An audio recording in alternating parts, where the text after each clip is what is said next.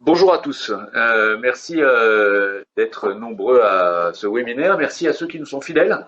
C'est notre quatrième webinaire et certains d'entre vous nous suivent depuis le début. Merci aussi aux gens qui nous rejoignent pour la première fois. Je voudrais dire un petit salut spécial aux équipes de Vos Couleurs, communes où nous étions ce matin pour travailler avec eux sur leurs projets. Ils en ont beaucoup. Et puis également à l'EPF Grand Est, qui nous suit également et qui est particulièrement concerné par le projet que nous allons voir aujourd'hui. Je suis Jérôme Barrier, je suis le directeur général de SEBL Grand Est, et avec moi pour vous présenter ce webinaire, Philippe Brédard, qui est notre directeur opérationnel en charge plus particulièrement de l'aménagement. Bonjour. Voilà, notre sujet aujourd'hui, c'est la reconversion de friches et j'insiste sur le sujet, la reconversion de friches vue comme un atout pour les territoires. Alors, pourquoi je dis que la reconversion de friches est un atout pour les territoires? D'abord parce qu'il s'agit de reconquérir le territoire euh, et de reconquérir des zones du territoire qui parfois sont abandonnées depuis longtemps. Il s'agit ça que ces zones sont souvent abandonnées depuis longtemps. Il s'agit d'affronter la complexité. On a l'habitude de dire à SEBL que notre métier, c'est de gérer la complexité. Ben voilà précisément un sujet, on y reviendra, sur lequel la complexité est très présente. Il s'agit de renouveler le paysage urbain, qui parfois en a bien besoin. Une friche, c'est souvent un endroit dégradé, et la reconversion de friche, ben, c'est l'occasion de renouveler le paysage urbain. Et enfin, c'est aussi l'opportunité d'anticiper la réindustrialisation du territoire. Voilà quatre raisons pour lesquelles le sujet que nous allons voir aujourd'hui est très important. Pour voir ce sujet, je vous propose le programme suivant. Nous allons d'abord faire une présentation à la fois des enjeux, mais aussi du déroulé de la reconversion d'une friche. Nous verrons ensuite une étude de cas et un cas particulièrement précis et particulièrement important pour nous et pour le territoire dont il s'agit. On donnera quelques éléments de méthodologie.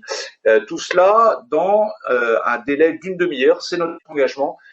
C'est de tenir une demi-heure pour ces webinaires. Nous savons que votre temps est précieux. À la fin de cette demi-heure, nous répondrons aux questions que vous vous posez et aux questions surtout que vous nous posez. Donc n'hésitez pas à nous poser des questions. Pour ce faire, et c'est ce que vous voyez actuellement à l'écran, vous pouvez nous envoyer soit un mail, soit un SMS à l'attention de Océane, qui est actuellement en face de moi, qui va collationner l'ensemble de vos questions et qui, à la fin de la présentation, me les présentera pour qu'on puisse les partager à l'antenne. J'en profite pour attirer votre attention sur votre écran. Vous avez la possibilité sur votre écran de choisir de voir le diaporama, et bien entendu, c'est ce que je vous incite à faire, ou la personne qui est en train de parler. Alors, qui sommes-nous, SEBL Grand Est? Nous sommes l'aménageur de la région Grand Est. Nous sommes au service des collectivités de l'ensemble du territoire régional depuis 65 ans. C'est 35 personnes qui sont à vos côtés et environ 110 opérations en cours, un petit peu plus, parce qu'en ce moment, on rentre un certain nombre d'opérations, 110 opérations en cours qui vont de la zone d'activité, la zone d'habitat, la construction d'équipements publics, la construction d'écoles, la réhabilitation d'EHPAD, la construction de gendarmerie, de centres aquatiques, une foule de projets très divers qui ont en commun d'être des investissements publics pour lesquels les collectivités qui s'en chargent et qui prennent ces initiatives ont besoin d'ingénierie. C'est ce que nous venons vous apporter. Vous qui êtes inscrits pour la majorité, vous êtes soit des élus, soit des responsables administratifs des collectivités. C'est donc vous qui, en ce début de mandat, prenez la charge de mettre en œuvre les projets, et notamment les projets qui sont issus de la campagne électorale. Et on est vraiment là pour vous accompagner dans ce sens. Nos webinaires ont lieu à peu près une fois par mois. Ce webinaire présent est le quatrième de la série des webinaires. Nous avons parlé de la programmation, nous avons parlé de la concession d'aménagement, nous avons parlé du contrat global de performance. Ces webinaires sont disponibles sur notre chaîne YouTube et nous vous ferons parvenir les références de façon à ce que vous puissiez les regarder si vous le souhaitez. Voilà, on va maintenant rentrer dans le vif du sujet. Le sujet, je vous le rappelle, c'est la reconversion de friche. La reconversion de friche comme un atout pour les territoires. Alors, quels sont, on va dire, les 6 enjeux principaux de la reconversion de friche? Alors, on l'a dit tout à l'heure, le premier enjeu, c'est vraiment de reconquérir le territoire, de perdre cette idée qui existe depuis une vingtaine d'années sur certaines de nos communes que il y a des territoires abandonnés et que ces territoires abandonnés ils laissent des traces esthétiquement bien sûr très déplaisantes et surtout qui sont des atouts ratés pour le développement du territoire et qui sont consommateurs de foncier. On va y revenir tout à l'heure. J'ai dit que la reconversion de friche, c'était affronter la complexité parce que sur une friche, sur ce qu'on a l'habitude d'appeler un territoire ayant une histoire, eh bien, il y a évidemment beaucoup plus de contraintes que quand on fait de la simple extension urbaine. Il y a plus de contraintes parce qu'il faut tenir compte de ce qui existe déjà. Il faut souvent dépolluer. On est souvent dans un site qui est contraint. Donc, il y a des problématiques de coût, des problématiques de complexité technique. Il y a aussi des problématiques de complexité politique. On va voir que les friches sont très souvent pour la population des enjeux très très forts. Il y a de la complexité juridique, de la complexité foncière, voilà, et j'en passe. En tout cas, il ne faut pas hésiter à affronter la complexité quand on parle de friches. Et comme je le disais, c'est pour ça que avoir recours à un opérateur, et c'est notre rôle chez nous à SEBL Grand Est, est un élément important. Renouveler le paysage urbain, je l'ai dit tout à l'heure, c'est très très important. C'est très important parce que très souvent ces friches sont des dents creuses. Parfois, on a quelques exemples en entrée de ville et elles donnent une image du territoire qui ne correspond pas à ce que veulent à juste titre et les élus et la population. Anticiper la réindustrialisation, c'est un point très important que je vais lier avec le point d'après. Le point d'après, c'est développer une offre foncière en cohérence avec la politique du zéro artificialisation nette.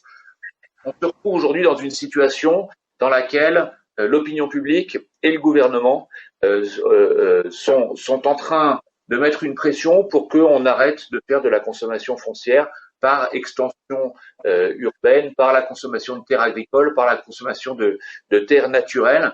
Et dans ce cadre-là, le fait d'avoir sur son territoire une friche industrielle, paradoxalement, devient un atout parce que c'est là que les territoires vont pouvoir se développer et donc anticiper la réindustrialisation. Et c'est pour ça que je dis la présence de friches sur votre territoire qui a longtemps été vécu comme un handicap devient un véritable atout pourvu que on entreprenne de les reconvertir. Et puis dernier point et non des moindres, c'est aussi embellir et mettre en valeur l'histoire économique du territoire, l'histoire économique et sociale du territoire. Très souvent, ces friches dont nous parlons, que ce soit des friches industrielles ou des friches militaires, sont des friches qui sont étroitement liées à l'histoire d'un territoire, parce que les gens qui habitent sur ce territoire ont travaillé, ça a été leur source de revenus, que la disparition de ces activités ont été des drames pour les gens qui sont directement concernés, mais en fait pour l'ensemble du tissu économique. Et donc, reconvertir ces friches, c'est un enjeu politique fort au sens noble du terme.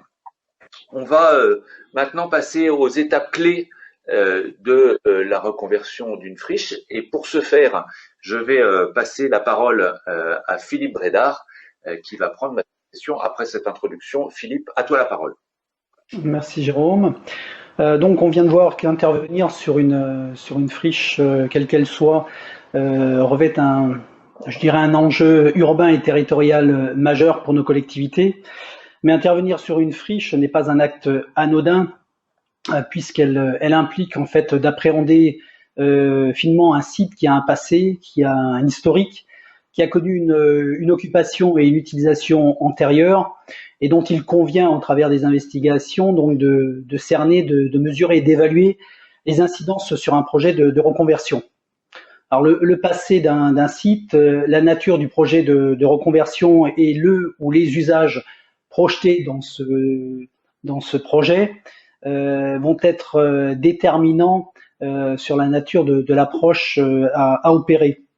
Alors s'oriente-t-on vers un usage similaire à l'usage qui était antérieur, s'oriente-t-on vers un usage sensible ou non sensible? C'est des éléments qui vont être déterminants effectivement dans le cadre de l'appréhension du projet de reconversion. Alors pour une collectivité, un maître d'ouvrage qui souhaite effectivement investir une friche pour de nouveaux usages, cela implique une notion de responsabilité en termes sanitaires, en termes juridiques, d'où la nécessité d'avoir une connaissance la plus fine possible du passé du site et de son état au moment où on en prend possession. Puisque ça va être déterminant également sur, je dirais, les mesures qui vont devoir accompagner le processus de transformation de la friche, mais également sur les informations que l'on va pouvoir relayer ensuite aux différents partenaires ou futurs clients qui prendront possession d'une partie du site. Alors, au-delà du simple projet urbain, projet de reconversion, donc il s'agit, je dirais, d'analyser finement les différentes conditions techniques, environnementales, sanitaires et bien entendu financières de réutilisation du site avec le ou les usages projetés. Il y a donc là une notion fondamentale qui intervient, qui est celle de la compatibilité d'usage du site. Cette compatibilité, en fonction de ce que l'on trouvera au niveau des investigations, pourra influer sur les grandes composantes de votre projet urbain ou nécessiter des adaptations pour rendre compatible le site avec l'usage projeté. C'est bien là l'objectif, je dirais, d'investigation et le but recherché au niveau de la reconversion d'une friche. Alors pour effectivement alimenter cette connaissance générale du site en question, du site d'étude, il convient donc d'établir ou de faire établir une étude historique, donc au travers de documents, de plans, connaître l'activité antérieure du site au travers de photos aériennes ou de consultations de bases de données telles que les bases de données Basol, Bassias, SIS, de manière à compléter au maximum, je dirais, les connaissances du site en étude. Quelles ont été les activités antérieures? Y a-t-il eu une installation classée au titre de l'environnement? Où se situaient les anciens bâtiments, les anciennes installations, les infrastructures? Tous ces éléments-là vont donc être nécessaires pour parfaire la connaissance préalable du site et l'identification de ses caractéristiques. Cette étude historique sera complétée bien évidemment par des investigations terrain qui vont revêtir plusieurs formes, des diagnostics au niveau des bâtiments existants, des diagnostics amiante, structure, plomb, pollution, des investigations terrain qui vont prendre la forme de sondage de sol avec des prélèvements d'échantillons, des analyses d'échantillons, de substances, savoir en présence de quelles substances on se trouve, quelles sont leurs concentrations, la mise en place de piézers pour mesurer les gaz de sol. Et on a également sur ces sites qui sont souvent à l'abandon la nécessité donc d'engager des inventaires faune-flore, puisque ces sites à l'abandon sont souvent le siège de développement ou d'une flore ou d'une faune qui sont souvent protégés par des directives. Donc ces investigations préalables vont bien sûr accompagner le processus de réflexion urbanistique, technique et environnementale de votre projet urbain, les réflexions en termes de programmation, en termes de vocation, en termes d'usage, en termes de plan masse. Et je dirais que la constitution du projet urbain résultera en fait d'une analyse croisée entre les composantes de votre projet et je dirais le résultat des connaissances compilées au cours des investigations préalables. Et donc ces éléments-là permettront ensuite de vérifier la cohérence et la compatibilité des futurs usages projetés sur le site avec les différentes contraintes qui auront été identifiées lors de ces phases d'investigation. Alors un simple exemple, vous pouvez, au droit d'un ancien site industriel, vous retrouver avec un site qui a entièrement disparu en surface, mais dans lequel subsiste dans le sol un certain nombre de fondations, des carnaux, des éléments de superstructure qui restent là et qui vont contraindre finalement la constructibilité ultérieure du site. En termes environnementaux, comme je l'ai cité, vous pouvez vous retrouver face à une faune ou une flore protégée par des directives dont il convient de tenir compte ou qu'il faut éventuellement sanctuariser ou qu'il faut peut-être compenser. Et enfin, en termes sanitaires, on peut se retrouver effectivement avec des terrains pollués sur lesquels, en fonction de l'usage projeté, sera engagée une évaluation quantitative des risques sanitaires, donc ce qu'on appelle une EQRS, et un plan de gestion qui va nous accompagner durant tout le processus de reconversion et surtout de commercialisation ensuite du projet. Alors, pour en rester un petit peu au niveau du plan de gestion, ce plan de gestion dont on prévoit un certain nombre de recommandations qui seront donc établies et à destination des futurs usagers du site, donc pour rendre finalement compatible leur projet de construction avec l'état sanitaire du site en question. Alors ces recommandations peuvent revêtir plusieurs formes qui vont de la suppression de spots de pollution trop concentrés à des déplacements, des mouvements de terre sur le site en question, soit qui peuvent être confinés, soit peut-être mis en merlon, ou alors des adaptations des futurs projets de construction sur des emplacements préférentiels en ce qui concerne des bâtiments, peut-être des bureaux, des places de stationnement, les espaces verts. Voilà, donc ces éléments du plan de gestion vont donc nous servir de guide, en tout cas dans l'accompagnement des futurs projets d'implantation.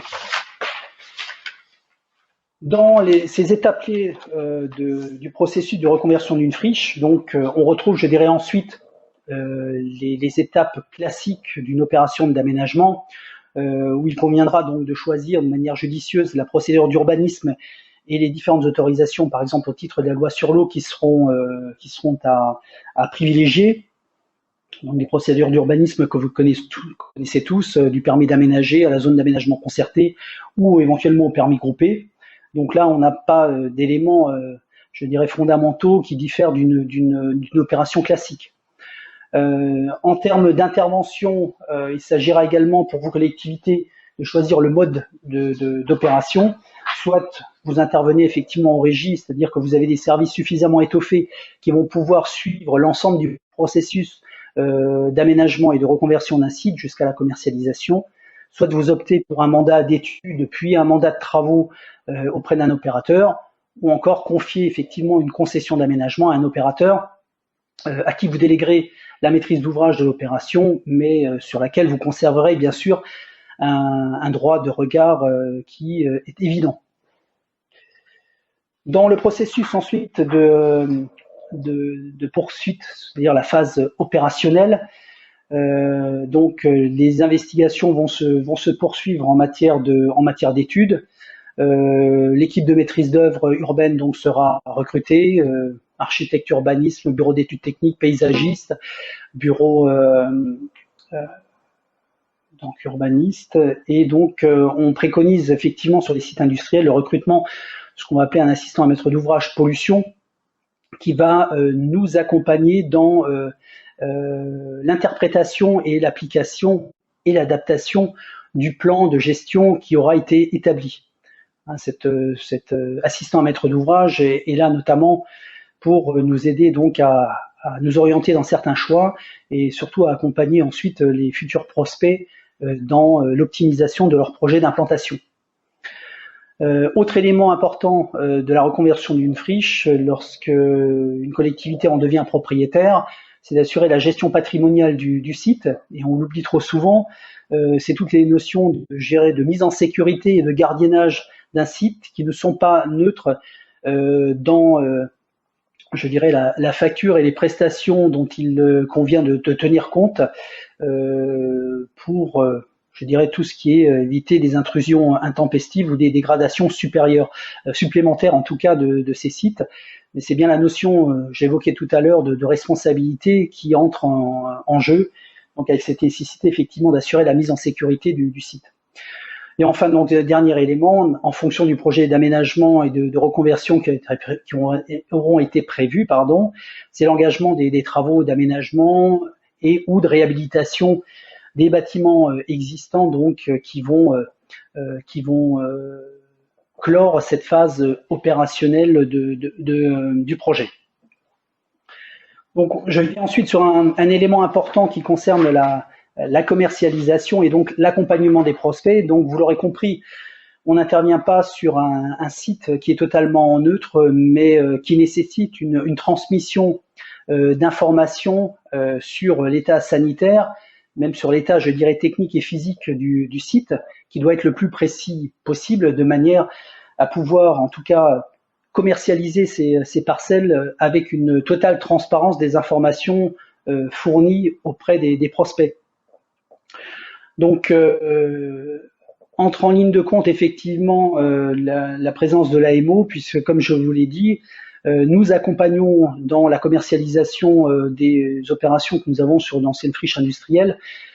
Nous accompagnons les prospects dans l'optimisation de leur implantation des bâtiments, implantation des zones de bureaux par exemple, des zones de stockage, des stationnements, des espaces verts, en fonction de l'état sanitaire du site et naturellement sur la base des recommandations du plan de gestion. Pourquoi on les accompagne? Parce que dans certains cas, sur les sites ayant fait l'objet d'une déclaration d'autorisation au titre des ICPE, il est demandé, il est requéri effectivement une délivrance d'une atteste de la part d'un bureau agréé pour attester effectivement de la compatibilité du projet de construction avec l'état sanitaire des terrains et bien sûr en totale cohérence avec les recommandations du plan de gestion. Cet élément-là va nous permettre bien évidemment ensuite de signer les actes de vente avec, je dirais, une notion juridique et une notion d'information, de transparence qui auront été respectées. Voilà. Merci Philippe pour cette présentation détaillée. On essaie d'être dans les temps, mais vous voyez que c'est extrêmement riche. Très rapidement, alors d'abord si vous avez des questions à poser, n'hésitez pas. Il y a déjà une question qui est arrivée, mais vous voyez sur votre écran le numéro de SMS ou l'adresse mail pour envoyer des questions si vous en avez. On va maintenant vous présenter une étude de cas qui est particulièrement emblématique pour nous, d'une part parce que sur ce sujet-là, comme sur la plupart des sujets sur lesquels nous travaillons, on travaille vraiment en étroite intelligence avec l'EPF Grand Est, dont j'ai parlé tout à l'heure, qui a un vrai atout sur notre territoire et on a de la chance, collectivité du Grand Est, de pouvoir travailler avec l'établissement public foncier. On a maintenant vraiment une bonne pratique de travail avec l'établissement public foncier. L'espace K à Toul, c'est un site qui a une forte valeur historique et j'allais dire émotionnelle, dans la mesure où il s'agit d'une ancienne usine Kleber qui a été rachetée par Michelin, qui a été fermée il y a 13 ans maintenant avec 800 personnes qui ont été mises sur le carreau et qui 13 ans après est une véritable réussite puisque l'ensemble du site a été reconverti, mis à la disposition, commercialisé à hauteur de 95% et c'est déjà 350 emplois qui sont revenus sur le site. Et bien entendu, je dis 350 emplois, mais c'est la situation aujourd'hui et il y a beaucoup de projets en cours qui sont en train de se développer. Les principales raisons qui ont fait de ce projet un succès, c'est premièrement la mobilisation des élus et bien entendu nous opérateurs nous n'aurions rien pu faire si dès la fermeture du site les élus ne s'étaient pas mobilisés et n'avaient pas dans un deuxième temps choisi SEBN Grand Est comme opérateur. Je précise que nous étions déjà l'opérateur de la collectivité au moment où Kleber est venu s'implanter sur ce site en 1968. Donc vous voyez que c'est une opération qui se déroule sur le long terme. Je ne reviens pas sur la complexité parce que j'en ai parlé tout à l'heure. mais je pourrais y revenir, on n'a pas le temps. C'est un projet qui, dès l'origine, a été inscrit dans sa future commercialisation et bien entendu, c'est très important d'avoir une vision globale et stratégique de l'ensemble du projet pour s'assurer que ce soit une réussite. Et puis, dernier point, et c'est vraiment à ça qu'on a servi, vous avez vu à quel point reconvertir une friche était un sujet techniquement compliqué avec la description que vous en a faite Philippe Brédard tout à l'heure. Eh bien, notre rôle, ça a vraiment été de professionnaliser cette mission de maîtrise d'ouvrage. Je repasse la parole à Philippe Brédard. Philippe, tu as 4 minutes pour nous présenter les grandes étapes de la reconversion de l'espace K à Toul. Donc, comme l'a dit Jérôme, ce site a donc fermé ses portes en 2008. Donc, ça a fait l'objet d'une négociation avec de sortie de la part du propriétaire qui était Michelin. Donc, on a eu ensuite le rachat du site par l'établissement public foncier Grand Est en 2013, qui a donc ensuite assuré le portage foncier et la mise en sécurité du site. La collectivité a engagé à compter de 2013 les études préalables, donc le projet urbain qui a donc été sanctionné ensuite par la création d'une ZAC sur ce site de 30 hectares. 2014, c'est l'attribution donc de la concession d'aménagement, donc SEBL Grand Est est titulaire. Et donc ensuite, nous avons eu donc la mission d'élaborer donc le plan de gestion, établir le programme des équipements publics et le dossier de réalisation de ZAC, et bien évidemment engager l'ensemble des travaux depuis 2016 qui nous ont permis de reprendre et de restructurer entièrement l'espace en termes de voirie, en termes de réseau, en termes d'hydraulique sur ce site pour permettre une segmentation, une parcellisation de ces sites de 30 hectares et également la commercialisation, je dirais, de la grande halle de 800 mètres carrés, de 800 mètres de long, pardon, qui avait fait l'objet d'une segmentation par donc sous l'égide de l'EPFGE au cours de ces années. Et donc aujourd'hui, nous nous retrouvons donc depuis 2016 donc à commercialiser ces terrains donc avec un succès qui n'est plus à démontrer, donc jusqu'au terme de la concession qui est prévue à 2024. Donc sur la slide suivante, vous avez effectivement, je dirais de manière plus précise, donc l'élément qui a fait un petit peu la singularité de cette opération, comme l'a dit Jérôme, un partenariat de presque 50 ans entre SEBL Grand Est et les Terres Touloises, un site important de par sa taille et singulier de par sa constitution, c'est-à-dire un site de 30 hectares avec une halle de 800 mètres de long qui a été segmentée. Ensuite, je dirais là un véritable travail collaboratif qui s'est fait, je dirais, en parfaite harmonie avec l'établissement public foncier Grand Est, qui a donc assuré le portage et nous sommes intervenus en tant qu'aménageurs ensuite. Donc sur une opération effectivement qui est, de par sa constitution et sa nature, relativement intéressante et plutôt atypique. En tout cas qui aujourd'hui est une réelle réussite puisque on accueille une trentaine de nouvelles implantations et environ 350 nouveaux emplois sur ce site qui ont fait une véritable réussite. Merci Philippe. Je voudrais juste revenir sur deux dates. L'établissement du dossier de ZAC, c'est 2013 et le démarrage de la commercialisation, c'est 2016. Donc vous voyez qu'en 3 ans, on peut arriver à faire beaucoup de choses et à avancer assez rapidement.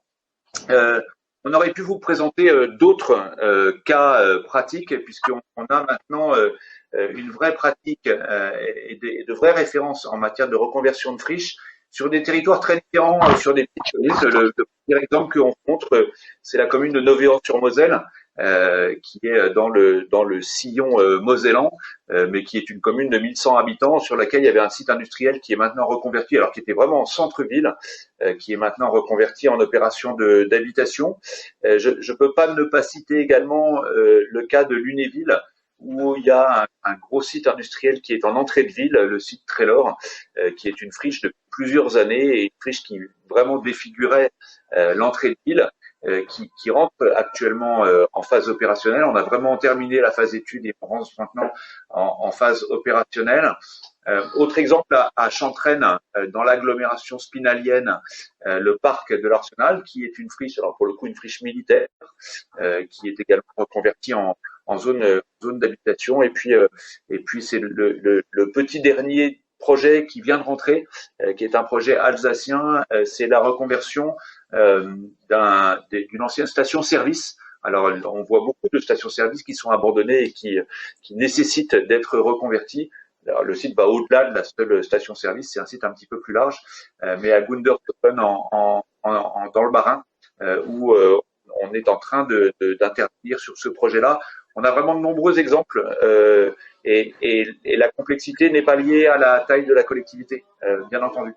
Voilà, je vais juste vous présenter ces quelques cas qui illustrent notre savoir-faire. Et puis terminer cette présentation, je pense qu'on va être dans les temps, terminer cette présentation en récapitulant un peu les points essentiels. Premier point, le contexte général de zéro artificialisation nette, qui fait qu'il va falloir aller vers la sobriété foncière, et aller vers la sobriété foncière signifie que les friches sont des atouts sur notre territoire, parce que c'est là qu'on va pouvoir développer notre économie et nos projets de territoire. Deuxième point, j'ai insisté là-dessus et c'est vraiment important. Une friche est toujours un espace symbolique et il faut tenir compte de cette dimension historique, sociale, territoriale dans la gestion du projet. C'est un espace de complexité, je l'ai beaucoup dit, mais je l'ai beaucoup dit parce que nous sommes très convaincus que c'est un espace de complexité. C'est un vecteur de développement économique, c'est l'opportunité d'embellir le paysage urbain et c'est enfin pour une collectivité une vraie opportunité de rebond, et c'est pour ça, parce qu'il s'agit d'une opportunité de rebond, qu'on insiste beaucoup sur cette notion de reconversion de friche et que nous sommes, nous, SEPL, un opérateur, Philippe Brédard l'a mentionné tout à l'heure, sans rappeler que c'était nous l'opérateur par discrétion, mais nous sommes un opérateur à votre service pour mener à bien vos opérations de reconversion de friche. Alors, voilà, la présentation est terminée. Vous avez peut-être des projets qui vous viennent à l'esprit. N'hésitez pas à revenir vers nous. On viendra vous voir pour étudier précisément vos projets, parce que chaque projet est unique. Vous avez sans doute reçu un document qui s'appelle le guide pratique de l'élu et qui répertorie l'ensemble des projets sur lesquels on travaille. De toute manière, vous tous qui êtes inscrits à ce webinaire, nous allons revenir vers vous par email pour vous proposer un rendez-vous. Vous pouvez vous connecter sur notre page YouTube pour revoir les 3 précédents webinaires. Pour rappel, programmation, concession d'aménagement et contrat global de performance. Nous sommes juste dans les temps. Je vous avais promis une demi-heure. On est juste à une demi-heure. Et je vais maintenant poser vos questions. Alors, il y en a 4 qui ont été posées. La première question, qui d'ailleurs nous a déjà été posée la dernière fois, je crois, sera-t-il possible de récupérer la présentation PowerPoint? Oui, bien sûr. Nous vous la ferons parvenir à vous qui êtes inscrits à ce webinaire. Et par ailleurs, comme je le disais à l'instant, vous pourrez vous connecter, vous ou vos collaborateurs, sur la chaîne YouTube pour revoir cette présentation. Deuxième question, dont je dirais qu'elle est également une question classique. Combien cela coûte-t-il? Alors Philippe, je vais peut-être te laisser répondre à cette question.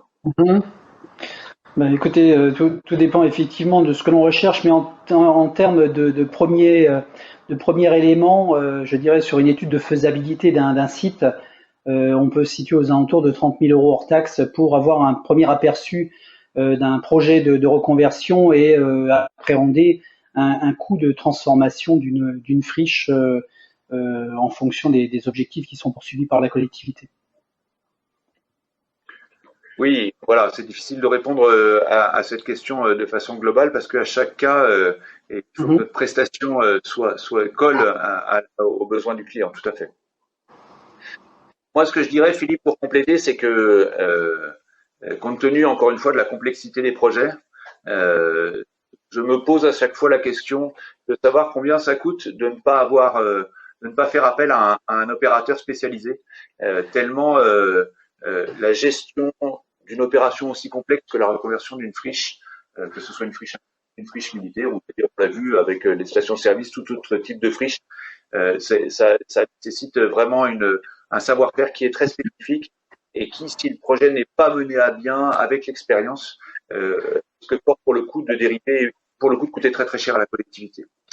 On me pose une troisième question. On a pas mal parlé de l'EPF Grand Est. Alors, l'EPF Grand Est, vous avez compris, c'est le nouveau nom de l'EPFL.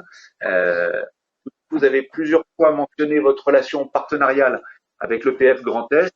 Travaillez-vous également avec l'EPF d'Alsace? Alors, la réponse est non, nous n'avons pas encore travaillé avec l'EPF d'Alsace. Bien sûr, rien ne nous empêche et surtout, ça va très bientôt être le cas puisque j'ai mentionné tout à l'heure le cas de la friche de Gundershofen sur lequel l'EPF d'Alsace doit intervenir. Donc, je rassure nos amis alsaciens, il y a aucune prévention pour que nous travaillions avec l'EPF d'Alsace comme nous travaillons avec l'EPF Grand Est. Me pose une quatrième question. Si nous souhaitons reconvertir une friche en régie, donc c'est les modes opératoires dont parlait Philippe Brédard tout à l'heure. Si nous souhaitons reconvertir une friche en régie, pouvez-nous vous accompagner sous la forme d'une assistance à maîtrise d'ouvrage? Alors, la réponse est théoriquement oui. La pratique que nous avons, je refais un peu la même réponse, excusez-moi, mais la pratique que nous avons, c'est que ce sont des dossiers tellement spécifiques, tellement complexes, qu'il est très difficile pour nous, quand on intervient sur un dossier, j'allais dire de n'intervenir que sur la pointe des pieds en étant conseil de la collectivité. En fait, la gestion d'une opération de reconversion est une gestion qui est extrêmement lourde, qui demande beaucoup d'implications personnelles pour SEPL Grand Est et pour le chargé d'opération qui fait ça. Et par conséquent, sur un dossier, dire on vous conseille de faire ci, mais on va pas le faire nous-mêmes, c'est très difficile. On a vraiment l'habitude, notamment sur la partie administrative, de gérer l'ensemble de l'opération. Je crois qu'on est plus efficace comme ça, et c'est la raison pour laquelle on privilégie soit le mandat, soit vraiment de toute préférence, et c'est le cas, vous l'avez compris sur l'exemple qu'on vous a montré à Toul, la concession d'aménagement, parce que la concession d'aménagement nous permet trois choses. Elle nous permet vraiment de nous impliquer à fond sur le dossier. Elle vous permet à vous, collectivité, de garder le contrôle de l'opération. Et enfin, troisième avantage, pas négligeable, elle permet de sortir le financement de l'opération de la comptabilité publique, puisque c'est le concessionnaire dans cette perspective-là qui devient le maître d'ouvrage de l'opération. Voilà pour les quatre questions. Je vois qu'il y en a une cinquième qui nous est posée, mais vraiment en toute dernière minute. Océane est en train de la rédiger avant de me la passer. Donc je vais la lire et la découvrir en direct avec vous. Comment travaillez-vous avec les autres acteurs du développement économique ou cabinets de consultants? Et on cite BPI, KPMG, etc., etc. Alors d'abord, on travaille très régulièrement avec l'ensemble de ces intervenants, que ce soit des intervenants institutionnels, vous avez cité BPI, que ce soit des consultants. Alors, on travaille bien entendu, Philippe l'a dit tout à l'heure, avec des bureaux d'études, avec des spécialistes de l'urbanisme, avec une équipe de maîtrise d'œuvre qui nous aide à concevoir le projet. On travaille beaucoup avec les banques pour financer les projets. Et de ce point de vue-là, j'allais dire la surface financière de SBL Grand Est permet d'avoir des relations extrêmement suivies avec les banques, avec lesquelles il y a un bon niveau de confiance qui nous permet vraiment de trouver de la fluidité financière dans le financement des opérations.